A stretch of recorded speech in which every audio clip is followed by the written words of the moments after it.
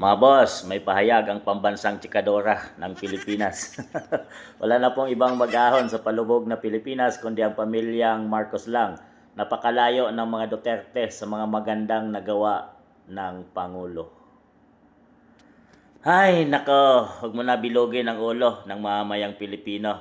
Huwag mo na kaming lukuhin, Auntie Claire, dahil alam na namin kung ano at kung sino ang totoong may malasakit sa bansang Pilipinas at kung sino sa pamilyang Duterte or pamilyang Marcos ang may bahid ng nakawan or pagnanakaw, mga boss.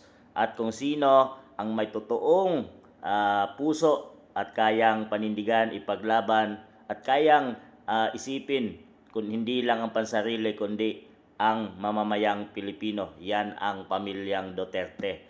At talagang napakalayo ang pamilyang Marcos kung ikukumpara mo. Dahil ngayon, wala tayong ibang naririnig kundi walang proyekto under PBBM administration at mayroong almost 17 trillion na utang ang ating bansang Pilipinas na wala naman tayong nakikitang proyekto. Mayroon pang ibinentang gold reserve at ang narinig lang natin ngayon ay puro corruption sa flood control project, mga boss, na hanggang ngayon ay wala pang totoong tao o yung pinuno na natutukoy dahil sa pagtakip ng mga investigasyon ng mga alagad ng administrasyon. So, walag nyo nang lukuhin at bilugin ang ulo ng mamayang Pilipino dahil sa social media ay nakikita na ng mga Pilipino at naaabot na kahit pa sa sulok ng ating mga bansang Pilipinas ay may alam na ang mamamayang Pilipino kung sino talaga ang tunay na may puso at malasakit at nagbigay ng trabaho, ng kagandahang buhay at kaginhawaan sa ating bansang Pilipinas. Yon ang mga Duterte.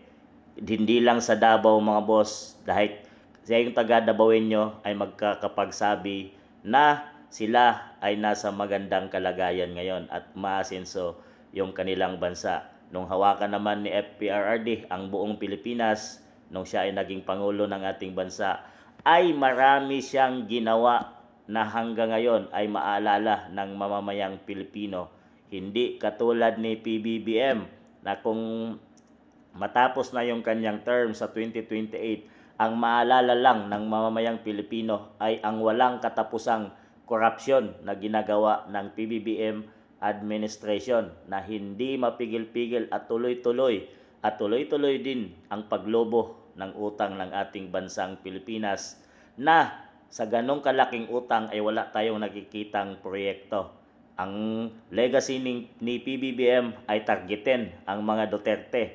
Araw-araw na hearing, araw-araw na sampa ng kaso laban sa mga alyado ng Duterte. Wala nang katapusan kundi Duterte at hindi na nila pinag-iisipan kung paano maipaunlad ang ekonomiya ng bansang Pilipinas. So malayo na sila sa target ng tunay nilang trabaho na dapat gampanan sa ating bansang Pilipinas. Wala na, mga boss, at malayo ang pamilyang Marcos sa pamilyang Duterte. Yan ang katotohanan, anti-clear. Kahit takpan mo pa, alam na ng mamamayang Pilipino kung sino ang pamilyang totoong may malasakit sa bansang Pilipinas. Kayo, mga boss, sang-ayon ba kayo sa sinabi ni Auntie Claire?